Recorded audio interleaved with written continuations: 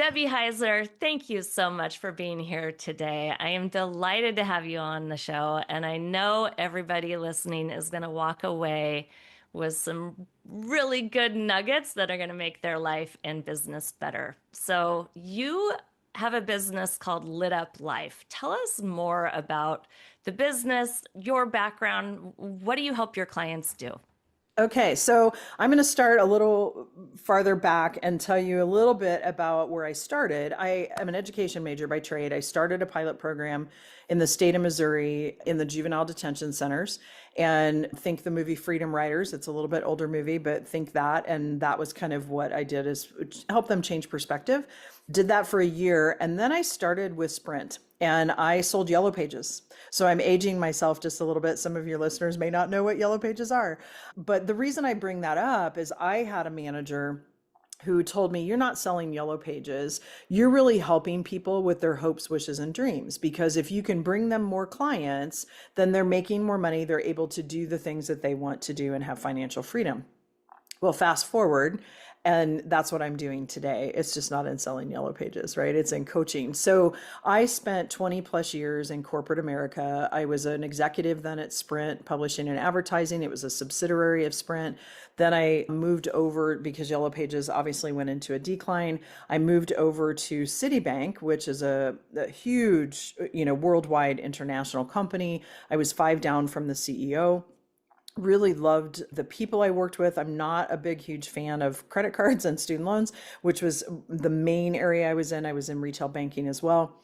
And so then when they decided to move a lot of their operations to Tucson, they said I could move to Tucson, but they didn't need someone at my level sitting in Kansas City. And I said, no, thanks. I don't like hot weather. So I moved to North Idaho and I became the CFO of a small business, which really I think was some divine intervention too, and how the universe works, because I had always wanted to own a business and start a business. And when I moved here in 2014, that's when I started the business. And it was actually called Three Vines Consulting and Development, Leadership Development. And so many people thought I was a consultant for wineries. Now, don't get me wrong, I love a good glass of wine, but that is not what I do. So I decided to make a name change and I changed it to the Lit Up Life. And partially because of my life experience, I had this realization growing up in the Midwest. There's nothing wrong with the Midwest, but there is a mentality in different parts of the country. And in that part of the country, what you did was you went to high school, you graduated, you went to college or went into the military. You then found a really good corporate job and you worked well, it's not 8 to 5, I'm sorry, but 8 to 5, Monday through Friday. You got married, you had children. Like that was just the way of life. Yeah. It was a great life, but I wanted more. And so I realized that I wasn't leading a lit up life. I was leading a life based on what I thought I should do. So I just feel like life is too short to not be lit up and not be happy about it. Now, are there days that I do work or do things that I don't love to do? Absolutely. But those are very few and far between. And it really, I think life is too short not to be fueled with passion, right? Yeah. 100%. Yeah. So, when you started the consulting business, how has that evolved other than you changed the name of it after doing that work and all the things that we learn when we start to run our own business? How has that business evolved over the years? Yeah, thank you for asking, Chris. When I first started out, it was a side gig. It was a hobby. I did that for, oh gosh, almost about 7 or 8 years. I did that as a side gig in my CFO job. And in 2021, my boss, who she and I were good friends, through unfortunate circumstances, her mother was the primary owner. She was killed in an airplane accident 14 days after or not 14 days, but about 2.5 months after I moved to Idaho.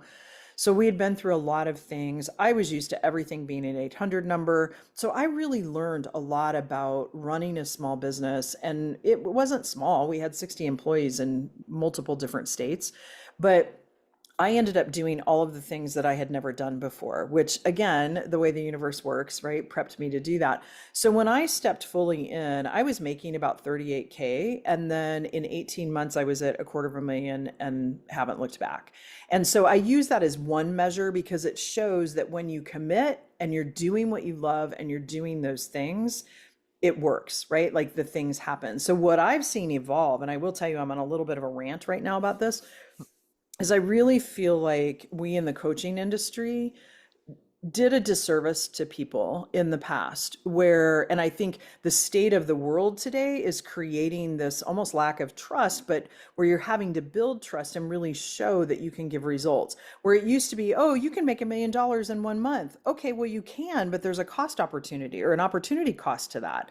And usually that's not a holistic look at your whole life. And, so I've seen that evolve. I've always come from that place of we want to look at the whole picture, but I unwind. I've got a lot of people that have been in coaching. They're nervous about having a coach because they've had experiences where they thought they would get to a certain point. I was just having this conversation actually with my marketing person yesterday that we say, yeah, from a logistics and the logic perspective, you can get there. But until, like, part of your message is about telling stories, until we get to the deep part of the stories that are running our lives, it's hard to change. And I'm a business coach and I have a coach. I have 2 or 3 coaches because we get so close to our areas that we don't even realize. And I giggle because people will say to me, "Oh, good, I've taken care of that." I'm like, It's an sorry, onion. it just It's keeps the showing onion. up, right? Right. Every time you level up, it shows up a little differently, which is why it gets sneaky. Mm-hmm. And so I've seen that evolution happen where now I'm seeing the coaches that would promise all sorts of things are fading away.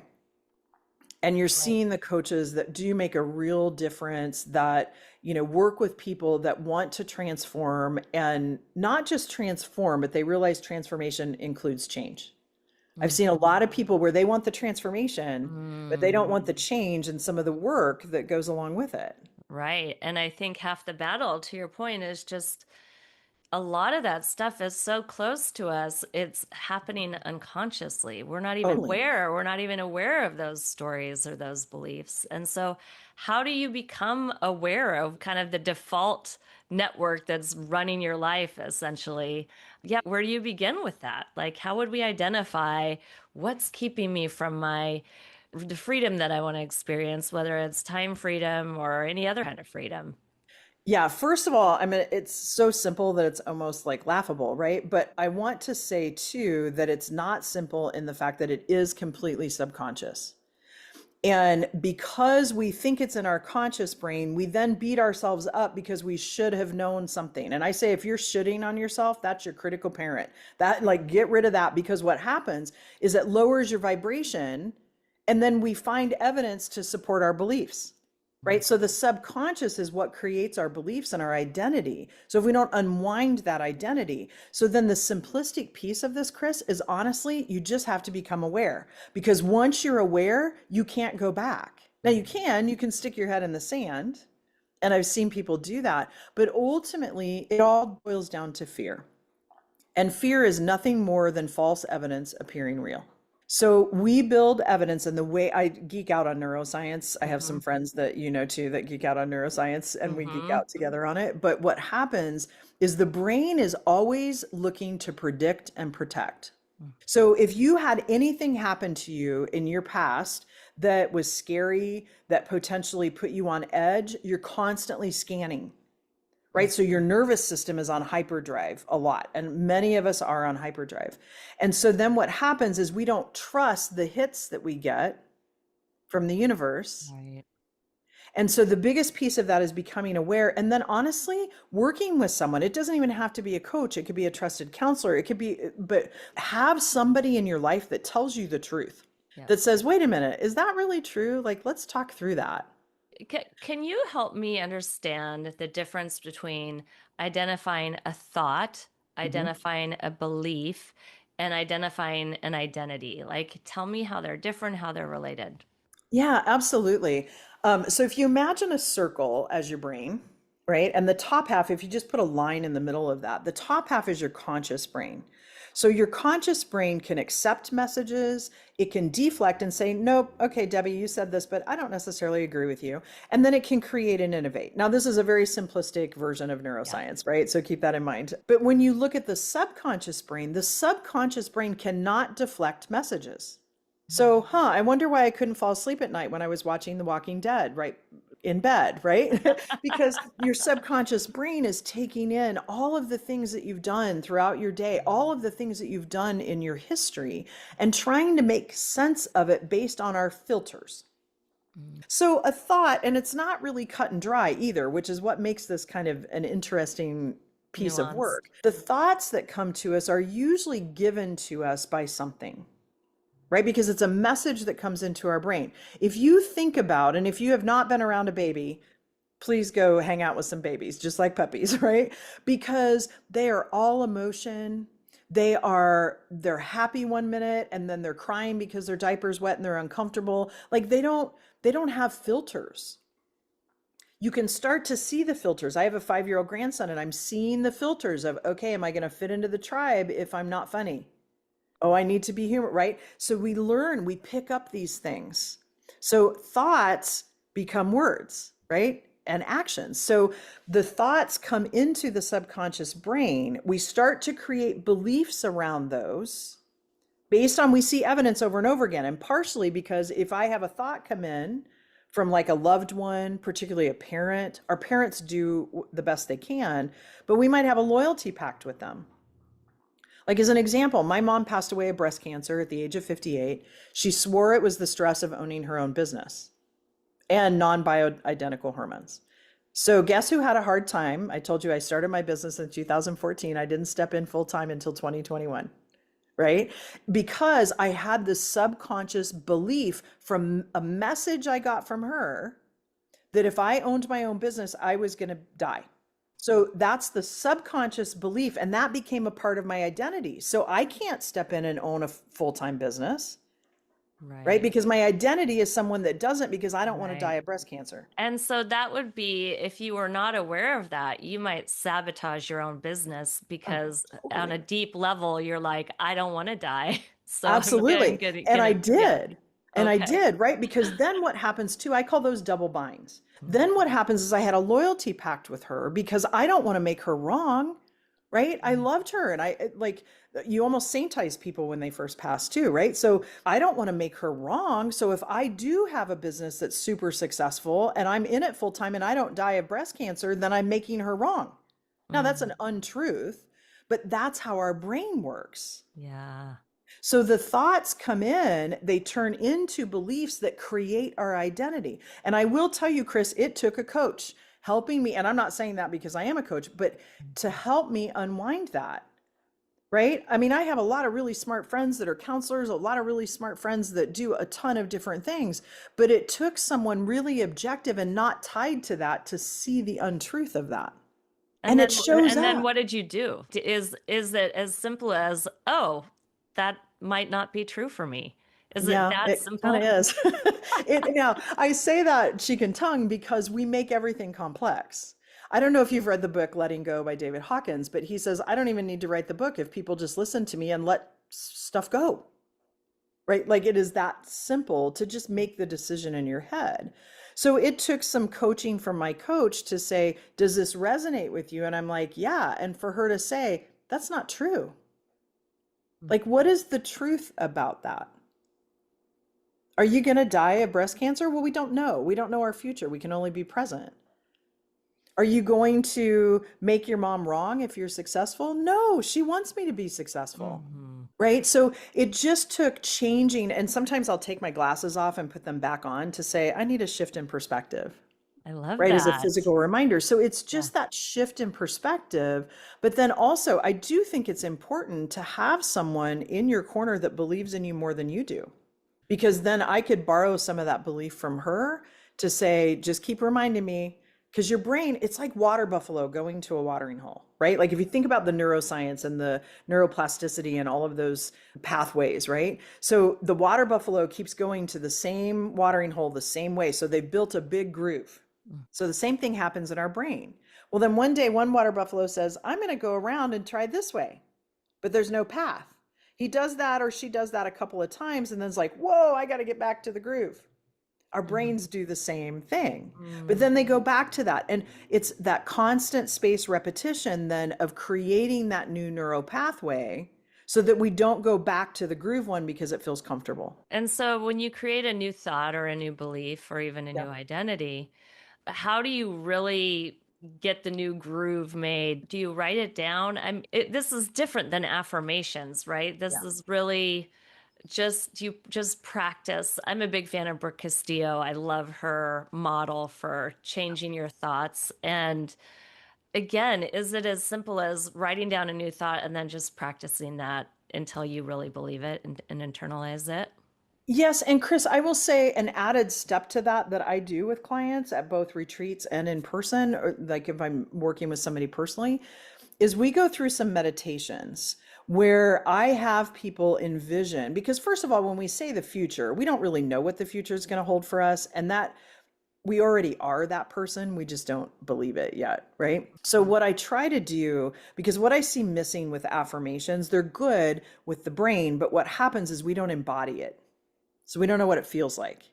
So Mhm. I walk through some meditations with people about being on a big screen, and you go be that person that you want to be, doing the things that you want to do. So the being part and the doing part. And I have people really feel that in your body, because your body knows better than your brain. Mhm. And so then once they embody that, we actually spend some time in that.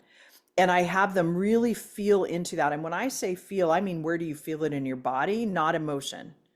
Emotion is how we make sense of feelings. And so I really try to focus on that, because when I start to doubt or I start to want to go back to that same path to the watering hole, my body knows what it feels like to be and do what it is that I'm trying to achieve.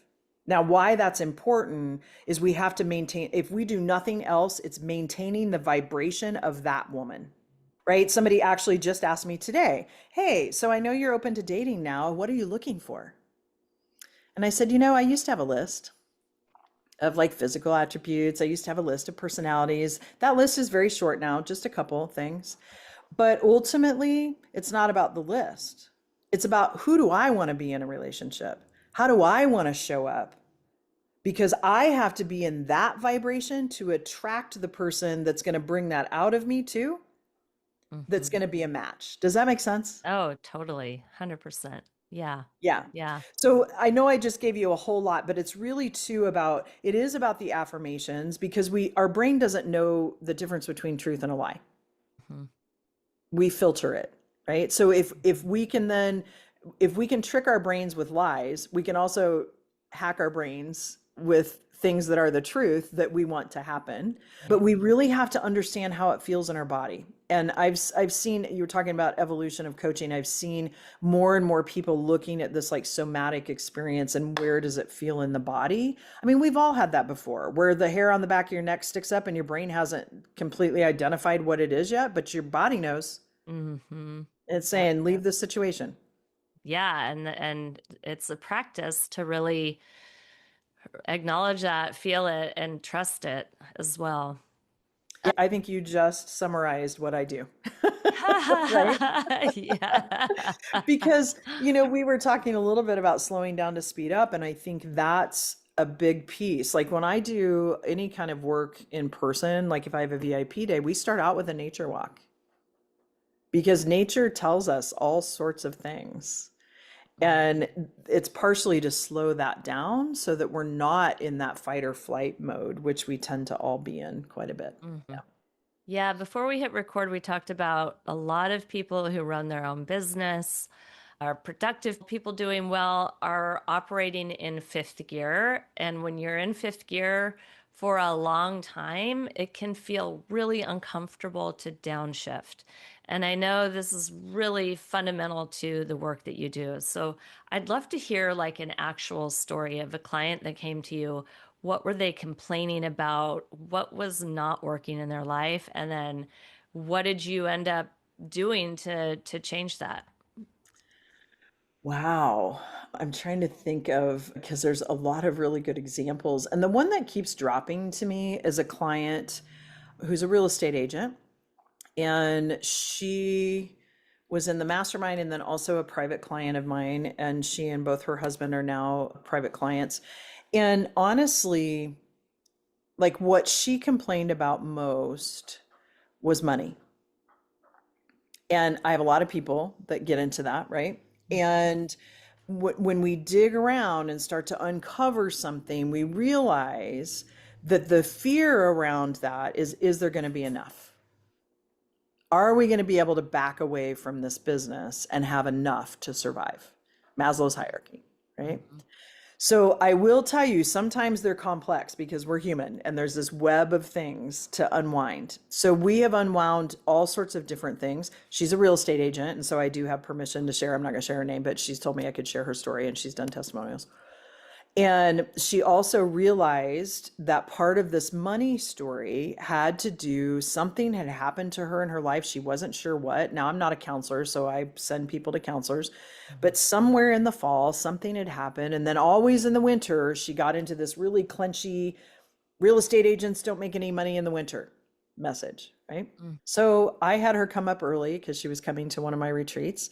And we went out to my lake that's right out my door here. And we threw rocks and screamed, F you.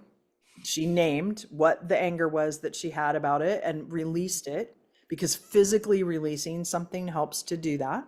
Yep. And then I looked at her and I said, is it true that real estate agents can't make money in fourth quarter? She said, no, it's not. But that's the message that our whole entire industry says. I go, okay, so you just became aware of that. You just claimed that is an untruth. So things are going to shift for you. She actually ended up selling more real estate in fourth quarter last year than she did the entire year in 2025. And she's super successful, right? So that's just one example. There were multiple things that we had to get over, right? Part of the fear, she didn't like to spend money to travel and she was afraid to travel. Well, we went to Costa Rica as our first trip and she had to navigate that all by herself, right? Forgot her medicine. We had to navigate, like she had to navigate all of these things. And so then she started to believe in herself. So there's all sorts of things Mhm. that if you can work on those kind of simultaneously, you see a much faster leap than if you're just trying to linearly kind of take care of each situation, if that makes sense. Mm, yeah. Yeah.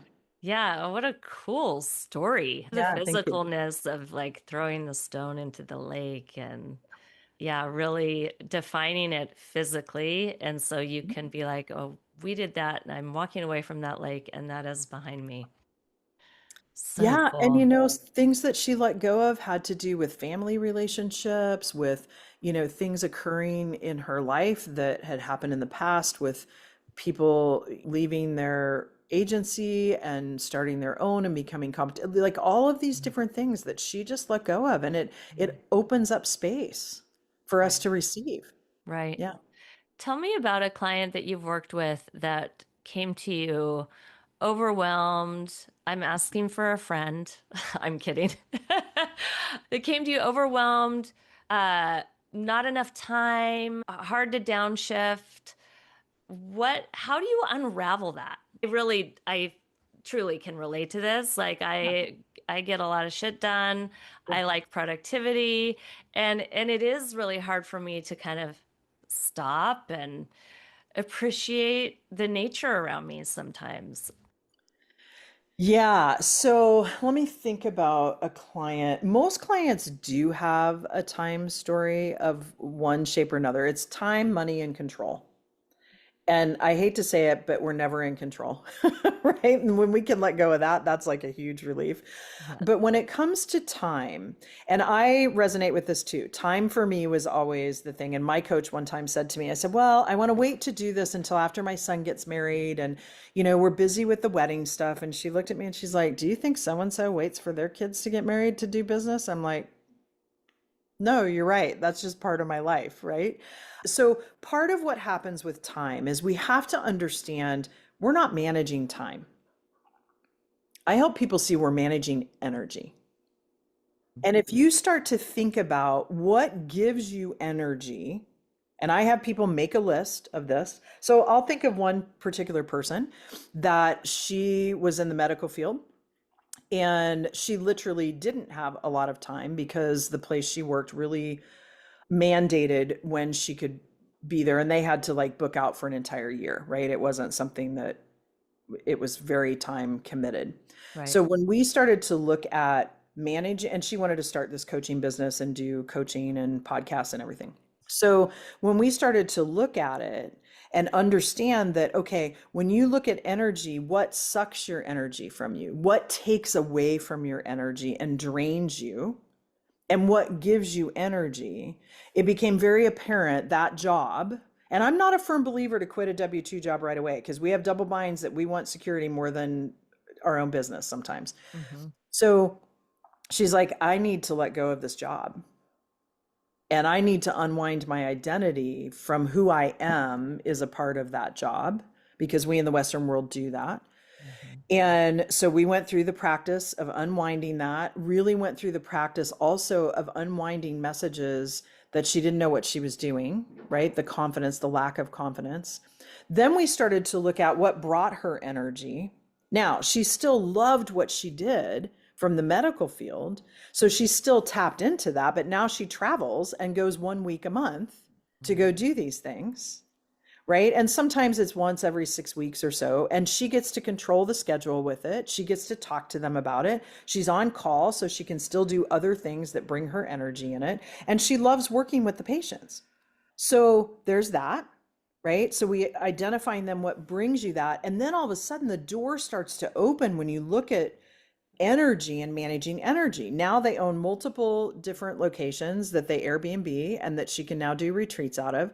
She's running retreats both locally, domestically, and internationally. She has women following her. She's doing frequency scanner stuff.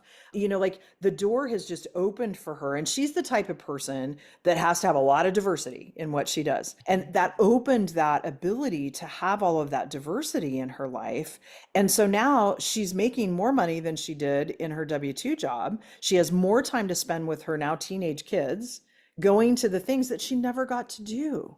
So Mm-hmm. to me, that's about the lit up life. Even if she was making less money, she's happier because she's able to be present. So if you can make a list of what brings you energy, what doesn't bring you energy. Now, here I will tell you, I love me some good Bridgerton. I hate entering mileage into QuickBooks, and I will never say I love entering mileage into QuickBooks. But if I can combine watching Bridgerton and entering mileage from my calendar into QuickBooks, That's a I've just hack. stacked something I That's a like, right? hack. Yeah, that's a hack. Yeah, that's a good Absolutely, one. absolutely. Or I've started taking coffee connections. Like if I have local people reach out to me and say, "Hey, let's connect for coffee." I'm like, "What if we went for a walk instead? I love that. Let's get out into nature. Let me take my dog, get some energy off of him." Mhm. And so it's about kind of looking at things a little differently. And once you let go of the time thing, now I get it. Some people have jobs that there's certain time constraints, but really start looking at the energy piece because if you can start to slough off the thing, because usually what happens is people have a longer list of what sucks the energy than what they do, what brings them energy. Right. Or they have desires that they want to spend more time with their family. And then I ask the question, particularly if it's extended family, do you really? Like it Mhm. does that suck your energy? Does it give you energy? Sometimes it's one way, sometimes it's the other. Mhm. But like really looking at that starts to change then what you do, which then changes how you manage your time. Yeah. Oh, that's so cool. Yeah. I love the way you teach these concepts that are Oh, thank you. kind of elusive and now they feel much more tangible. I'm Yeah. curious about things like I want to talk about visibility a little bit because I work with a lot of coaches and consultants, and part of getting out there and becoming visible, or part of getting clients, is about becoming visible. Absolutely. And there's a lot that comes up for people around this. People are kind of in their comfort zone. They're afraid to put themselves out there. They don't want to be criticized or whatever, fill in the blank. They're afraid around that, or they feel like they're an imposter. I mean, there's so much going on. And I'll just tell you, like, from my own experience, part of having a business for me involves reaching more people. So I guest on a lot of podcasts and I get to meet new people that way. I also obviously have my own podcast, which took a while for me to get to this point. But I feel like I love this work. And when I did my very first podcast, I called my partner and I said, I was born for this. I love it. I just love it. Like I get to channel my inner Oprah and Yeah. ask questions and have meaningful conversations and meet new people. And yet, paired with that is this belief system that I have around visibility. And I've overcome it in many ways, but I also find myself wrestling with it. Like it's not fully resolved. For Right. example, today I had to do I'm noticing my language. I had to do a solo episode for my podcast, which I prefer the conversations than I do the solo episodes just because they feel more effortless. The solo episodes, I have to plan a little bit more. They involve a little more executive function. And it's not as fun to just speak into the camera as it is to have a conversation. So I'm like, I'm I don't know. I'm watching myself do these gymnastics around procrastinating, avoiding, pushing it back. Poor Jamie, my assistant, is always like putting it in my calendar, must have today, because it keeps getting shifted. And so I'm curious, like, I would love your take on that because it's definitely a mixture of things. On one hand, Yep. I love it. And I know from a deep place, I want to be doing that. And then I also am watching myself have these behaviors that are muddying up things internally or making it harder than it needs to be. Yeah. Okay. So, Chris, I'm going to start off somewhere else and then I'm going to end up in visibility if you're okay with that. I love it. Yep. So, what would happen for you if you stopped doing solo episodes and you just had conversations with people that ultimately allowed you to talk about your messaging and their messaging at the same time versus just an interview, right? Not just, but like Right. A interview more situations, you try to structured. highlight. Yep. But Yeah. what if you did interviews and then instead of, since you like to have the conversation and collaborate, what says you have to have solo episodes? I don't know. Maybe I don't need to do that. Yeah. Yeah, now I bring that up and thank you for being open to that on your podcast and I the like that vulnerability, direction. Yeah. right? And the vulnerability of that, because that's what I mean about managing energy. Hmm. Because it was visible for those of you watching the video, hopefully you saw it too, but like it was visible and even in your voice, like the tone of your voice changed where it's like, oh, right? It's just Yeah. like ugh, trying to do something that you really dislike, get rid of it. Yeah. Change it to do something that you love. Yeah. And I Tweak it. get Right? Tweak absolutely. it. It doesn't have to be, I don't have to throw it in the garbage, but what would remove all that effort from it? And to me, it immediately came to me that like, if you're looking at loving to do interviews with people such as me, then also look at how can you have people maybe like you and I hopping on a podcast where we just riff on each other, Hmm. right? And that way your message is still getting out. Now, I say that because that's that whole thought process around beliefs. Somewhere in there, you have a belief that it needs to go that way. I get it. That's how I do mine too. When I'm Hmm. not feeling inspired, I'm like, guess what? We need to book another guest because there are plenty of ways to interact with me, right? Right. And Yeah. so it's just now becoming aware of that. Your brain is going to start thinking of ways to do it differently. So the visibility piece for me in that situation with you isn't so much about visibility, but just maybe even a lack of inspiration sometimes trying to come up with things to talk about, Yep. right? Yeah. Yeah. And so, from a visibility perspective, it is simply brain science again, because somewhere in our lives, we were taught that it's not okay. Children must be silent, right? Like, children need to be seen and not heard. Like, all of these messages that we get that tell us not to be on the forefront. Anytime someone's successful, you think about this. My son and I were talking about this the other day because he's a big Kansas City Chiefs fan. We're from Kansas City originally. So all of a sudden he says to me, he's an eighth grade science teacher, you know, Mom, it's really funny. When I was in school, everybody hated the Patriots and now they all hate the Chiefs because they're doing well. They're successful. So part of that visibility is about messaging around being successful. We hear it everywhere. If I'm out there being visible, I mean, I even had a really, like one of my very best friends say to me, why do you feel like you have to put everything out on Facebook? Well, I don't feel like I have to put everything out there. I am strategic about what I share. And sometimes just this morning, I did a video in my bathrobe and said, guess what? You're getting me the way you're getting me. And because it's a part of my business, right? And interestingly enough, she kind of came at me about it being a business, but now she's shifting from doing counseling and doing life coaching and being more visible on Facebook because she's understanding it now, right? Mhm. But even the people closest to us will make comments.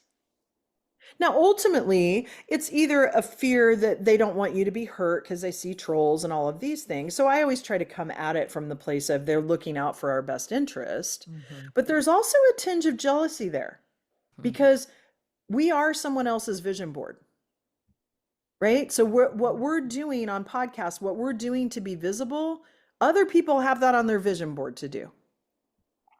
Mhm.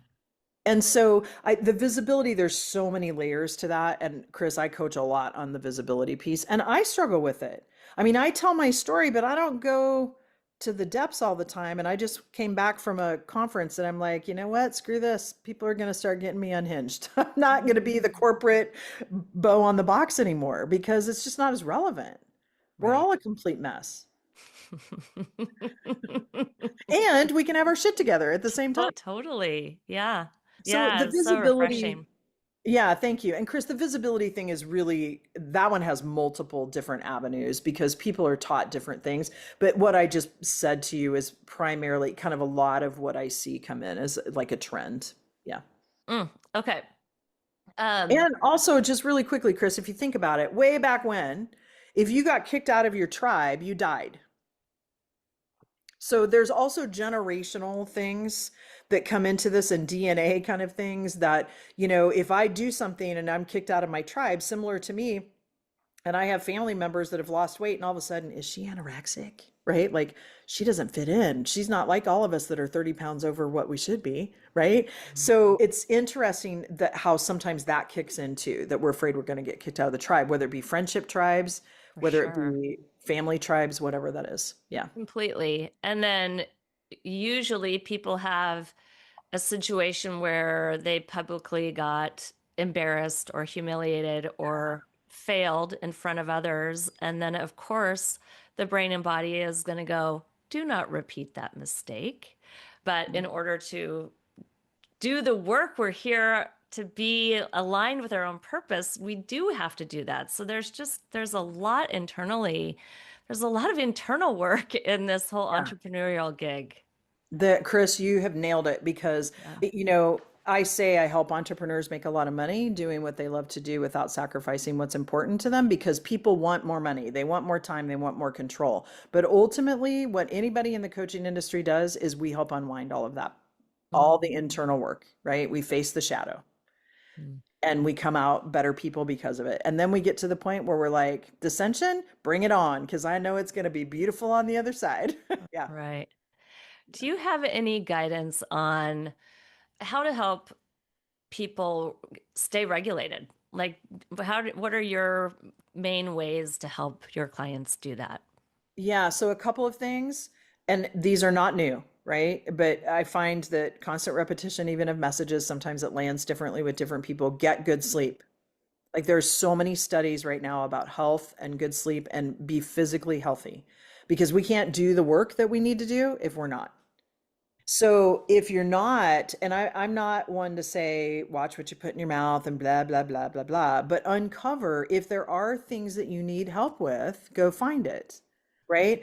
I'm also, in order to keep yourself regulated, this is spiritual work that we do. Regardless, like however you want to believe, whether it's universe, Buddha, Jesus, whatever, like it is spiritual work because the essence of who we are, when we die, our brain dies. But the essence of who we are is what we're really working with here.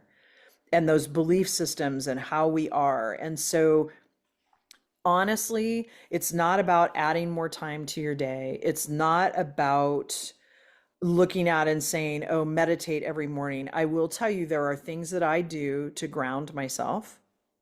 And there are things and people in my life that I let my little girl come out and play.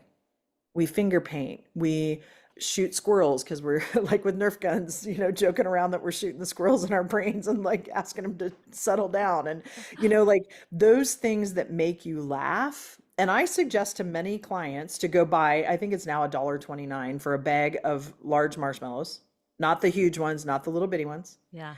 and find a room in your house where any animals cannot get in. You lay bags down for every person in your family and you have yours open and you tell them when they can come in the door and you start throwing marshmallows at them. That's exactly what happens, Chris, right? Like that laughter. So, if nothing else, part of regulation, and we don't laugh as much anymore, right? Like I joke with my brother in law, I love to watch any kind of program with him because he laughs out loud. He emotes very well. But a lot of us, me, I watch something like, oh, that was funny. Right? But I don't laugh about it. Totally. I don't We, laugh out loud. I will laugh out loud on Instagram every right, now and then. It's pretty funny, but yeah, I know what you right. mean. Yeah. And honestly, we numb out. I do it too. We numb out to the reels, to the Netflix, to those Yeah. things because we're tired, right? And so some of that is regulating the committee that's in your head. Yeah. But really honestly, if you can even just get outside, when we do nature walks, I tell them don't bring anything to drink, don't bring a dog, don't say hello to anyone. Just go out and kind of be in a state because meditation is listening. Mm. Right? Prayer, whatever it is that you do to like manifest your Right. affirmations, whatever, that's asking, that's Yeah. telling, that's speaking. But we really do need to have moments. And sometimes I've even done those moments at a stoplight. Mhm. Okay, what am I supposed to be? Like, open me up to Tell whatever's tell me happening. what I need to know. Yeah, Yeah. exactly. Yeah. The hard part is sometimes, Chris, is a lot of people don't trust themselves when they do get the answer, right? So it comes hand in hand. But honestly, I don't have necessarily one specific thing, but I would say things that help me is practicing meditation. Sometimes it's for 1 minute. I have an app that I can set a timer so that I don't have to worry about having my phone. I turn my phone on airplane mode so nothing, and I turn it off the internet so nothing buzzes through. Mhm. I literally go hike almost every day. Now I have my dog with me, so that's a little different, but I try to do a nature walk at least once a month where I literally go out, I cross a line, and that's entering my sacred walk. And I pick up a rock and I imagine everything and anything I need to let go of to move forward. And I take the walk. And once I feel like that's happened, I can set the rock down. I've thrown it before. Sometimes it's just fallen out of my hand. Then Mhm. I pick up a piece of wood because that signifies the tree of life because things grow from wood because nature abhors a vacuum. So wherever we make space, it's going to fill it with something.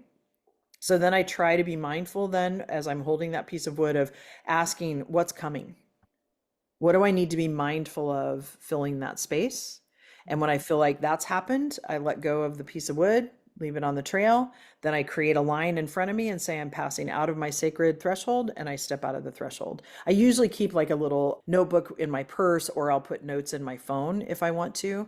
And I try not to take my phone. And if I do turn it on airplane mode so that nothing comes through. But I hike alone a lot, so I do take my phone just in case, right? Mhm. But I think it's so important, even if it means that you go sit on a bench somewhere. I remember the first time I did this, I sat down. I was actually at the Gonzaga campus, Mhm. and there's this beautiful willow tree, bright yellow. Yellow is one of my favorite colors. You can't tell. And I sat down in this Adirondack chair, and there's an ambulance and there's lawn mow, and I was irritated because there's all this noise. And I believe nothing's random, everything's relevant. We just may not know what the story is at the moment. And I thought, oh, isn't that interesting? I have a lot of noise in my life. Oh my Hmm. gosh. Yeah. Might need to look at that, right? So it's not always about analyzing and trying to figure out, but just being open to what comes into your mind when you are in that state. So even if it's sitting for 10 minutes, if you're busy in the middle of your day, stand up and go walk outside, go walk around the block with just no phone, no dog, no nothing, and just notice. Like I even do it. I have to drive a mile and a half across a bridge across this lake that I live on. It's glacier fed. There's mountains. There's rarely a day that I don't see a bald eagle. There's wild swans that show up. So I'm constantly, as I go across that bridge, I'm just in awe of where I live. And that is one of my prayers that I never lose that sense of awe. So it could be a mile when you're driving in your car. Right. There are a lot of times I don't turn music on in the car. That's my thinking time, right? Where I just allow whatever comes into my head and I try not to filter and poo poo it. because that when we do that, we're filtering and then we lose some stuff. And that's going to happen because we've Yeah. learned not to trust ourselves, right? So Right. that's my biggest hack is try to get out somewhere where you can just like notice things around you for a Yeah. few minutes Yeah. and also breathe. I think we've become Mm. a society where we don't breathe. Yeah. Agreed. And the And last even thing I would say, yeah. oh, go ahead. I'm sorry. Oh, just there's this guy on YouTube that I love, and he does a 10-minute breathing meditation, and it's like mind blowing how calm I am after 10 minutes of breathing. Really powerful. And it's right there. They're built into our bodies. We don't have to go do anything, right? Yeah. And Chris, it actually speeds you up. You're able to get more shit done. You're able to do more Mm. things because you took the break. It's just like thinking about a printer. If you ran that, you were talking about fifth gear. If you ran a printer 24/7 without stopping, it would break down a whole lot faster and Hmm. have to be maintained a whole lot more versus giving it moments of maintenance. Oh, I love it. My kiddo, he's 8, and his school is about a mile from here. I drive him to school in the morning. And about 2 blocks from his school is Forest Park, which in Portland is the biggest park, biggest urban park west of the Mississippi. And I have this idea that I just want to walk over there and go on a 15-minute hike. It's like in the middle of the woods. You would never know there's a whole city around you. And I think this conversation today has inspired me to do that. I Good. think when I integrate it into the day to day, it just becomes so much easier. Yeah. Yeah, and look for those moments everywhere, right? And the beautiful thing too is when we own our own business, there were many years that I kind of thought, oh, I still have to work 8 to 5, right? I can't leave. And it Yeah. took me a while to get over that and realize I could ski, downhill ski during ski season, Monday, Wednesdays, and Fridays, and still do work in the afternoon, right? But I purposefully, like, I'll look at my calendar and I'm like, oh, like right after we're done here, I have a few minute break. So we're going to go take a little bit of a walk before I do a master class. And, so it's finding those moments. I will tell you, even in my car, because I do drive about 3 miles to work, I tend to ride my bike in the summer. I have a pair of flip-flops, I have a pair of hiking boots, and a pair of tennis shoes in the back of my car with socks, right? Because I want to be prepared that, hey, if I do have some time, I want to go take a walk and just be out. So sometimes it's thinking a little differently and having some things available so that when you decide spur of the moment, and in the summer, we all carry bathing suits in the back of our car in case we decide to go jump in the lake. So, And yeah. a bottle of champagne. Yeah. Yeah, that works too. What is your pre-bedtime routine? Yeah, Chris, I'm glad you asked that. Actually, that's interesting. No one's ever asked me that. So I did a DNA test a while back, and what it told me is that I have the propensity to change time zones very quickly. And I do. I change very quickly to a time zone. But what happens in that is then I do have to have a pretty, I don't want to say rigid, but a pretty like succinct nighttime routine to allow my body to realize it's time to go to bed. And so before I go to bed at night, I typically try to stay up until 10 o'clock, which is not always the easiest thing because if I don't take my dog out between 9 and 10, I'm usually up at 1:30 taking him outside. So there's that, that Yeah. I've had to get used to another rhythm, the law of rhythm. But typically I do my whole routine. I don't, this is terrible. Some people are going to poo-poo me on this. I don't wash my face at night, but I do sometimes put a little oil on it, but I brush my teeth. I do my water pick. I do my, everything. I have a mouth guard that I use for sleep apnea. So it's doing its thing, cleaning while I'm doing that. And then I typically will lay down in bed. I typically will read a little something, or I have some shows that are about 15 to 20 minutes long. I don't usually do anything like super inspirational or anything because I don't want to get my head going. Right. And there are times now, being the age that I am, I take probably once or twice a week something that has like zero point 0.5 milligrams of melatonin in it, just so that I can make sure I stay up on my sleep. But again, typically only about twice a week do I do that. I have all the windows wide open when it's summer. However, I have fans that I put because we don't have air conditioning where I live because it's so north. I put these double fans in my windows to keep out the noise. and to bring in the cool air, and they're set to a certain temperature. And the reason I do that is the sun starts to come up at about 4:30 in the morning, and right now even at 5:30 I'm waking up because the sun is out, and the eagles start screeching and all of that will wake me up. So I have certain things almost like white noise that I keep in my. Now my marketing person just gave me this thing, and I don't know if I can do it because I don't know if claustrophobic wise if I can have something on my face, but it's like a mask that also has a Bluetooth in it. But I don't know if I like that either, the Bluetooth piece of it. Yeah. But that you can listen to like meditations or have like grounding music on, to kind of Mm, help with that. So I yeah. thought, you know what, if I ever want to do like a theta brain kind of 15-minute break, that's probably a really good thing. But that's typically my nighttime routine. And I'll turn the light off and I don't read as much in bed anymore. I have a morning routine that I get up, I do a frequency scanner, I sit and do some reading, sometimes fiction, sometimes nonfiction. I have to force myself to read fiction. But Me so I too. have some pretty good routines morning and night. Mm, But I would say too, one of the things that I've done a lot of research on is when you think about people that are grounded, not just monetarily successful, but they tend to have more of a routine and mm, they get up and go to bed almost the same time every day, even mm. on the Yeah. weekends. Yeah. That for me, that's been the gift of having my boy. Really, kids really need routine. And then I realized, oh, I need one too. This Yeah. is perfect. Thank you. Absolutely. And Chris, I will tell you, I think too, looking at sleep, if my friend Wendy, who owns a multiple eight-figure business in Florida, she takes toddler naps every day. Like Mm, literally, she'll lay down for 1 to 2 hours and take a toddler nap. And so listen to your body. That's what I would say my biggest advice would be to not just on a nighttime routine, but if you're like last night, I had this like creative spurt and I was up until 10:50. Right. And then I'm like, oh, I got to get you outside and we got to go to bed. Right. And so I went straight up, didn't read anything or like watch anything. I just laid down and went to bed.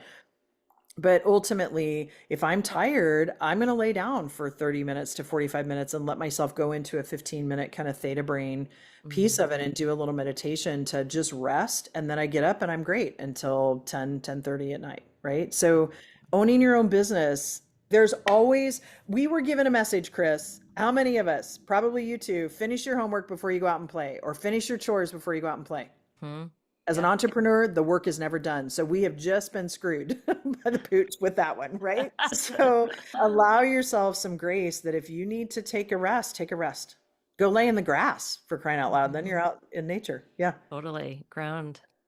Yeah. Okay, today has been so much fun. I've loved this conversation. Tell us where we can find you and where we can get more of you.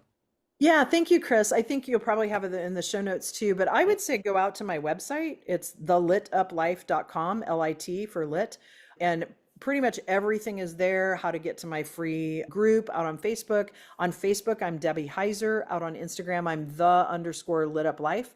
But you can find all of that even on my website. So I would just suggest going out there. So yeah. And then you have a mastermind, you do one-on-one coaching. How do you serve your clients? I do. Thank you for asking, Chris. I have multiple different ways that you can work with me privately, whether that's a concierge kind of situation for a year, or if it's a 3 month kind of thing, or I do just straight out VIP days. Then I have a mastermind that runs from January to December. And I can't tell you how many coaches are like, let it be where people can come in and out. And I'm like, nope, nope, that's not the purpose for me. I want to build a strong unit because I got tired of hearing the message that being your own CEO is lonely. I'm like, no, that's a choice. So this group gets together. We do 2 trips. We just went to Mexico in February. We're going to Greece in September. I don't know what next year's are going to be, but that I do those. Then I have events that I run in Sandpoint. I'm doing one at the end of May called From Hello to Hell Yes, which is all about the marketing arc and sales. And then one in October that is called Cast Your Vision. We do nature walks. We do certain things to kind of figure out where we're stuck and really try to listen internally so that Mm, we can move forward. So that's part of where I do the embodiment work with people. So yeah. incredible. Yeah. Wow. Well, thank you again for being here. Absolutely. Thank you for having me. It's been a blast. We need to just riff on things. We really do. Let's do it again.